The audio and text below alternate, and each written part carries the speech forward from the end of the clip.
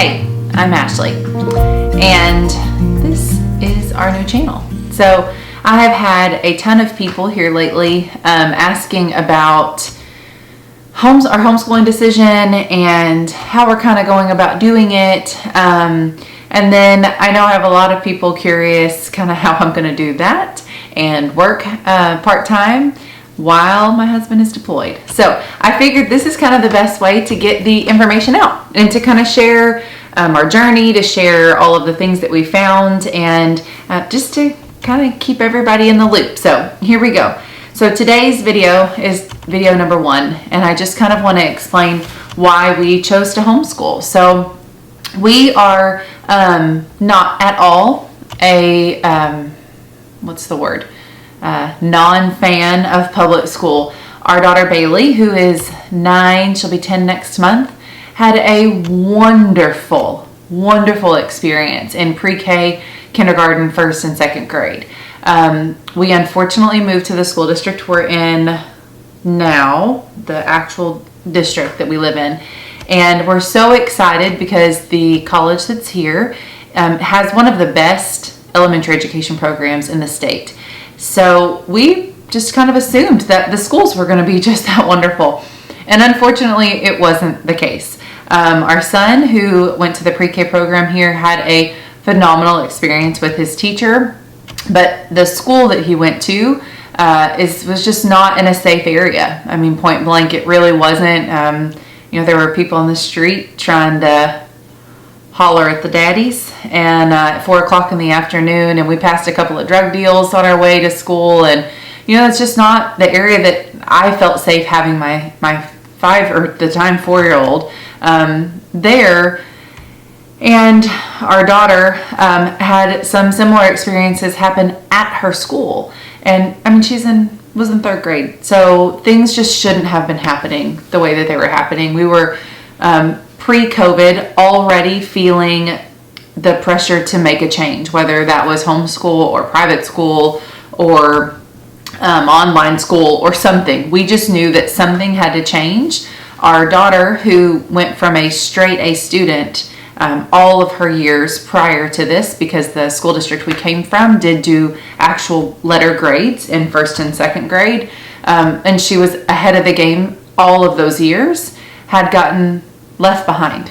And so we knew that there were some things that, some challenges she had, but she's always had teachers who really kind of pushed her to the next level and who really guided her and helped her through those struggles. And so it made it to where she met her potential, and she loved school with a passion, absolutely loved school. And when COVID started this past year, when COVID started this past year and we were out for a couple of months, it really made me realize how far behind she truly was, how much knowledge I knew because I had worked as a speech therapist in the public schools for 5 years. So I know the curriculum, I know the TEKS and where they should be based on what Texas says. We do live in Texas, by the way. And I knew that she just wasn't there. And part of that was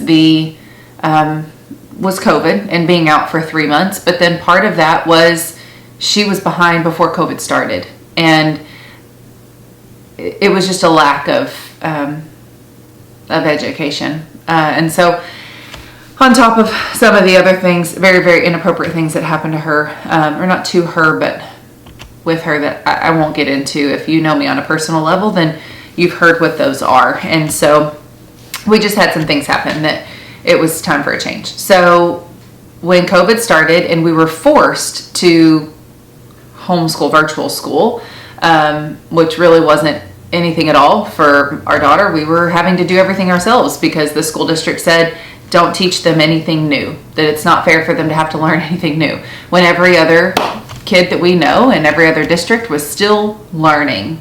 Our daughter was not. So we took the initiative to get a math curriculum and get a language arts curriculum going and continuing her to kind of keep processing versus having a 7-month summer or 6-month summer, whatever it was.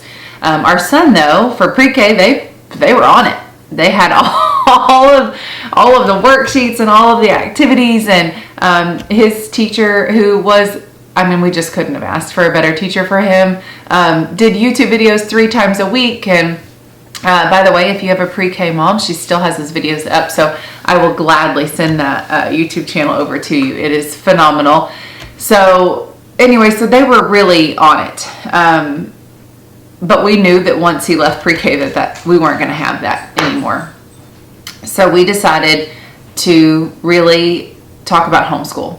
And both Adam and I work, my husband and I work. He works full-time, I work part-time, and we had to pay for a sitter to be home with our kids during the COVID season and through the summer, which we're used to that during the summer and the breaks. But during COVID, that was totally new to us. You know, we expect to have that 2.5-ish months of extra cost, but we weren't expecting 6 months of extra cost. And so there was a huge financial burden on us to have our sitters here full time. We opted not to go to daycare because it was what's different than daycare and homeschool. And when our kids were in daycare, there's more illnesses that go around daycare than there are around public schools. And so it was just not what we thought was best for us, especially because both of us were considered still essential workers. And so where I work in a hospital and he is military, and we had to work. I mean, there's no doubt, like there's no like black or white, like we had to work. So we opted to pay for a sitter and pay the cost of that, which is basically private school education costs when you're paying for a sitter full time. So when we got to the discussion of homeschool and discussion of this current year and what we really wanted to do, and did we want to go, because even though we bought this beautiful property that a lot of you know about, which I'll talk more about, and I think eventually do some little room tours and things, we still are in the same school district that we were in prior. Okay, sorry about that little pause. I had a tiny person open the door to ask me a random question. So with that being said, I don't know where I was saying.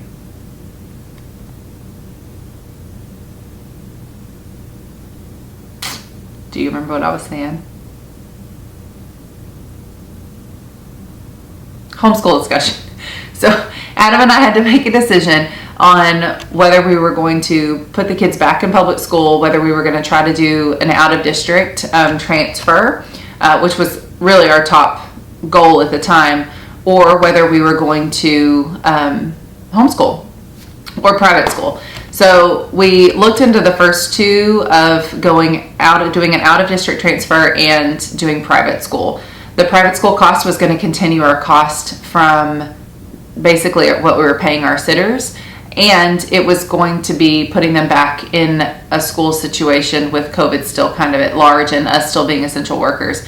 And I say that to say that if my kids had gotten sick, or if I had gotten sick, because Adam is now deployed, I wouldn't be able to work. And if I don't work, I don't get paid. So I really needed to be in a situation where I wasn't putting all of us at risk for not being able to continue with our schedule and me be able to work. So with that being said, we kind of ruled out transfers in public schools or private school, and we really started to look at homeschool. So Adam and I made a pros and cons list, and I'm going to quickly read that to you. We were on our way to a show. If you didn't know, my husband also has a band, Adam Berry Country Band, which I highly recommend you check out. Okay, sorry about that again. That time my card was full. That's what happens when I take too many pictures and don't empty it out. So what I was saying is that we were on our way to his last show in New Braunfels, and we were talking about homeschool again. And he had mentioned the night before, we had been talking about it, a couple of his concerns. One of his biggest concern being social, and the kids not getting enough socialization and getting to have that interaction with other kids outside of the two of them. So obviously that's a huge concern for any parent, or most parents. I shouldn't say any parent. I guess there's some parents who really don't care, but for most parents, that's a huge concern. And it's kind of this taboo about homeschool kids. And I'm not gonna lie, we had the same taboo, because the homeschool kids that we had met in the past, so homeschool kids that I had in therapy, homeschool kids of some of the people we knew, not all of them, but some of them, just were odd and kind of socially awkward. Well, let me give you a little tidbit of information. Homeschool kids that are awkward are not any different than kids that are awkward in a public school. They're awkward because of their socially awkward because of their family life. That is, your social interaction with other people is taught at home.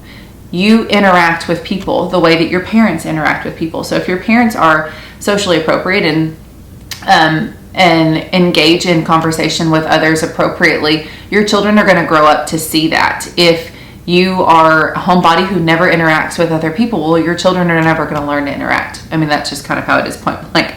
But he told me, he said, why don't we make a pros and cons list of homeschool versus public school? And at this point, taking private school out of the equation, but just homeschool versus public school. And so I'm going to read this list. I'm going to try to show you. We'll see if you can't. I don't know if it'll. Okay, it's not going to focus on it. Maybe if I come back a little farther. Yeah, it's still not going to focus on it. So I'm just going to read it. And actually what I'll probably do is I'll probably screenshot it and stick it on an Instagram story. So that way you can actually physically see the list as well. So the pros were safety. We realized last year, like, our kids were not safe. There was a 5th grader that brought drugs to school at my daughter's elementary school. So unknowingly, and gave it to other students. It's on the news. Safety. Another pro is socialization. When you look at the public school system, their amount of socialization with peers is really limited, especially now with COVID. And that was kind of where we were coming from. It was limited before to really just cafeteria, playground, sometimes PE, and then some group work in classrooms, really mostly with the lower kids. And the higher you get, the less you have that other than just teamwork. And so for us, we were looking at, okay, well, our kids are in extracurricular activities. They're also going to be having probably some homeschool co-ops, and we had looked at some other things. So they get a better socialization now and more appropriate than they did before. So that wasn't really an issue for us. We could spend more or less time on individualized subjects. So our daughter struggles in math. That's really her weakest area. And with needing some extra time when it comes to oral reading and needing to understand that information. And so we wanted to be able to focus more on her struggles so that we could help to build that up with her strengths. Where our son really just is, he's already finished his kindergarten curriculum last week for math. And so we were starting the 1st grade curriculum. He's 5. He just turned 5 in August. And so that is just a huge strength for him. He gets it from his dad. And so, but his reading, on the other hand, the understanding of what he was reading is wonderful. But the phonics part was just, he really needed to go slow with it. We had some in the beginning of our homeschool. So we're on week 8. In the beginning, it was a bit of a struggle with me and him trying to get him to understand some of those phonics skills and blending and things like that I won't totally get into here, but that was a struggle. So we were able to spend just enough time on that, and I could incorporate it throughout the day versus one big chunk of time. Whereas math, we were finished and done, and then he just was able to go on with something else. It gives us more flexibility in our day. So we have been able to go on a couple of field trips. We are able to go to doctor's appointments without having to worry about pulling in and out of school. We are able to go out to eat if we want to go out to eat. We're able to do a lot of other things that we weren't able to do before. And then with Dad being home for a week last week before he deployed on Monday, we were able to spend a lot more time with him, which if they would have been in this school, they wouldn't have had that time with him. So it's way obviously more flexible. We get a lot more one-on-one time with the kids, which in the beginning I was nervous about. I was really scared about missing my time for myself and my time with Adam. But at the end of the day, we realized that the amount of time that they were in school and in extracurricular activities and sleeping was like 85% of their day.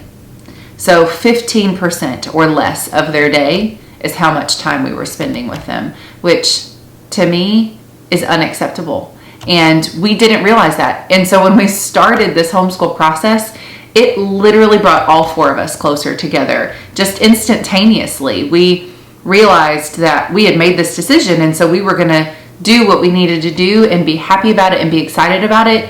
And it encouraged them to be excited about it. And so it's made our day. I mean, it's not like they're watching TV. They get TV just the same amount of time they got it before. Or they're sitting on their iPads, which, no, they are doing that right now. But they're engaging with us, and they're able to do things with us that before caused a ton of stress, because it was my little bit of time to go to Target, and I was having to go to Target toting two children. Well, now it doesn't bother me. We go to Target and it's fine. They know how to behave, they know how to act, and they know that when we get home, this is what we're going to do. This was just part of our day. And so it's not been really an issue. I do have some tips on making sure you get your mom time in there, and I'll talk about that probably in a later video. Another one, and a huge one for both of our kids, was that we were going to be able to have quiet time during learning time. So our daughter, we are 99% sure, has auditory processing disorder, which is a disorder that causes her brain to not understand the information that's coming in if there's background noise. And so in a public school system, especially last year, there was a ton of noise and a ton of inattention to different things. So off-task conversations and things. And her brain naturally, I'm the exact same way, her brain naturally goes towards that and not towards what it needs to be hearing. Our son, on the other hand, just bounces to every noise. He wants to hear and be a part of everything that's going on, and so he needed a chance to just kind of pull away from the noise, and it allows his little body to just woosah and get calm again. Another one is that we were able to pick their curriculum. We're able to choose what's really going to work best for them, and there are thousands of different curriculum for each subject out there. I will eventually go over the curriculum that we have picked. We did not pick a set. I opted not to do that because there wasn't one set that I felt like would work for either one of the kids for all of the subjects that we wanted to address. There's no state testing, at least in Texas. So we are in Texas, which is one of the most lenient homeschool states. We don't really have a whole lot of requirements. Almost every video that you're going to watch says about this kind of topic says this. The first thing you do is look up your laws for your state. So make sure you know that before you even start this discussion. You need to know what's going to be expected of you before you even get your heart set on this, because if you can't meet those expectations, and some states are really strict, that's going to be a huge struggle. For Texas, it's really not that bad. So we don't have any state testing. Now, I do still gradually test our kids because I like to have kind of a basis of knowledge, and that's how my brain works. When I can say, okay, without any cueing, without any assistance, this is how much they've learned on that topic, then it helps me to know, okay, we need to kind of go back and address something so that they don't miss that skill, or we need to just move a little faster because they're hitting these things really easily. So, or I need to pull back my cueing when we're doing the work. More control over their nutrition. We had gotten to a point that we were so busy that I had stopped making lunches, which both of our kids are off of red food coloring. I won't get into that topic, to each his own. We don't do it. That is to say that sometimes they have a bag of Doritos, or sometimes they have candy with a friend, and it's fine, but I do notice a huge difference in their behavior after that. So we really were able to kind of make sure that they were getting the things that we wanted them to have and not the things that we didn't want them to have, and that they were finishing the food, because our son will eat all of his meat and cheese and none of his vegetables if he had the option. There is no commute for homeschool. So last year we drove from our rent house to Bailey's school to drop her off. And remember, they were in the same district, but they were at separate schools.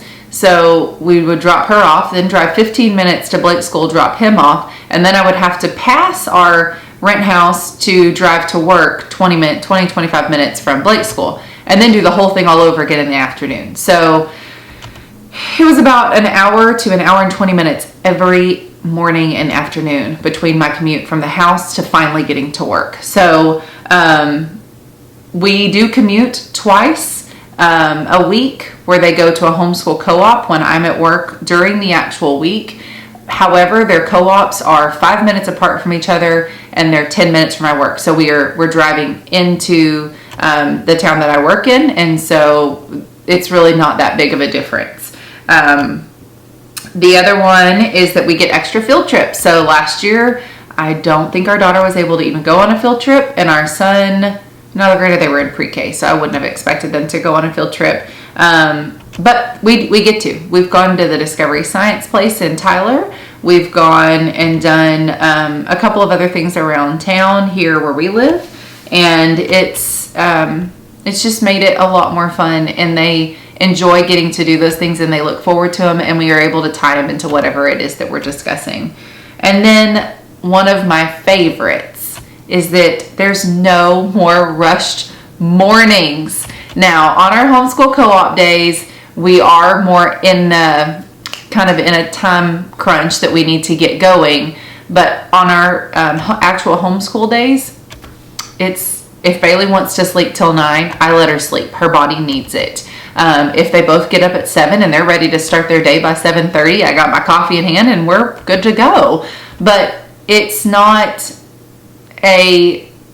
me yelling constantly trying to get out of the house by a certain point. And if we're late to co-op, we're late to co-op, and I'm not that concerned about it. So now we don't try to be late, don't get me wrong. We try to be on time every single day, but I'm not going to stress about it. I'm not going to yell at them. If we're moving a little slower that morning, then we're just moving a little slower, and it is what it is.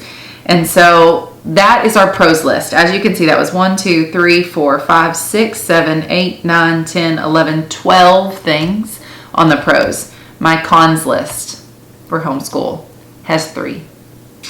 The cost was a con for us. It is more expensive to homeschool than public school. We had the cost of we do pay for our co-ops, and so our son technically doesn't go to a co-op. He goes to a Mother's Day Out program twice a week, and our daughter is in a type of a co-op. It's a specific type of a co-op, a university model, and so they do that, and so that cost us about $300 a month for that, which if you pay for daycare, for the hours that they're there twice a week, they're there. Bailey's there from 8:15 to 3:45, and Blake's there from 9 to 2:30. If you were to do that cost in daycare, it would cost us probably $1,000 a month, or to pay for a sitter, either one. So it's a significant cost decrease from what we were paying our sitters. But it is still more expensive than public school because we weren't paying for any after-school care or during school care or before school care when they were in public school. And then we also have the added cost of curriculum. So you do have that. Now, there are tons of free curriculum out there if you want to go that route. We chose not to. We had the money in the budget to get the curriculum specifically that we wanted. And so that's what we opted to do. Another con is scheduling, specifically for us because I work part-time and my husband is now deployed, and we have a dog, and our kids are in extracurricular activities and life. So scheduling was a con for us. It may not be for everybody. Now, that flexibility in homeschool helped with the scheduling. And then another con is that I do have less alone time, which it was a con when we wrote this list. It is no longer a con. I get plenty of alone time in the evening. I wouldn't say a super night owl, but I usually am up a couple of hours after the kids go to bed. And then, during the day, like we're done with homeschool by lunch. And so I usually take an hour or so on our homeschool days. And then I work, which I love my job. I love what I do. And so I work doing something I enjoy. And so that's time for me as well. And then if I get off work early enough, sometimes I can run to Target or to wherever by myself. And so that's, that's kind of my alone time. And then we also have some other things, like I said, that I would talk about later on how kind of you can get some mom time in. So there's that. So those are the reasons that we have opted to homeschool. I know that it is not for everybody. It is very different. It is something we never thought we would do. Honestly, we joked about it before, and I was like, oh my gosh, I could never do that. There was no way I could homeschool these kids. I've said before in a joking, maybe not so joking, that I could be a stay-at-home mom when my kids were in school all day, because I don't know that I would have been able to be a stay-at-home mom when they were younger. And that's just me. I love the baby stage, and I love when they hit 5. And those toddler years are just struggle bus hardcore for my husband and I. We both love babies. So if you're around us and you have babies, I will gladly take them from you and hold them and snuggle. And when they poop, I'll give them back. And if you have older kids, we love having older kids. I love Bailey's age right now. It's just so much fun. And some of the imagination that they come up with is just, it astonishes me. So I really, really enjoy it. But it's not for everybody, and we do understand that. So, however, you know what I mean. If you are considering homeschool, if this year the COVID nonsense has really gotten you kind of unsure of your child's education and you are wanting to begin this, don't think that you can't. You can. If it's something you truly want to do and something you're truly passionate about learning how to do, because there is a huge learning curve. This is something brand new for all of us. And so, or for all of us that are starting this year because of COVID. So if it's something you're wanting to do, just look into it. Reach out to other homeschooling families. Get on Facebook groups. That's a huge benefit to anybody who's brand new to homeschooling, because there are so many veteran homeschool moms out there that are willing to just give all of the knowledge. And so that was a huge help for us. And then just kind of looking into co-ops around your area, making sure that you first look into the laws before you get your heart set on it, and then start discussing different things with different people. Get on YouTube and watch all of the videos. Do whatever you can do to learn about it before you make that decision, and then make your own pros and cons list. Get with your spouse, get with your kids, and talk about it. I mean, if your kids are, older elementary, middle school, even high school, get their opinion. What do they think about it? Go meet some other homeschool families and talk with them and find out what their pros and cons are, and just kind of learn as much as you can. So if you have any questions, feel free to reach out to me. You can leave a comment below, or you can send me a message on Facebook. I'll have my Facebook page linked. You can send me a DM on Instagram, however you want to. I'll screenshot this list in my notes on my phone. I keep it there just as a constant reminder of why we're doing this and where our headspace was in the beginning. And so I'll put that up on Instagram so you can see it. Please like and subscribe if you like this video and you want more content on homeschool, on our military life and what it's like during our deployment time, on really just life in general. I think is kind of what this channel is going to become. So feel free to like, subscribe, share. Our Instagram channel is Ashley in Designs on Instagram, and it's the same on Facebook, facebook.com/Ashley in Designs, in for Nicole. If you have any questions, feel free to shoot me a message. Other than that, I hope you guys have a wonderful and blessed weekend, and because today is Saturday and the sun is shining, as you can tell. I think it's really bright, and I'm sorry if it's like super bright on my face. First video trying to learn it all. So anyway, I hope you guys have a wonderful day. See you later.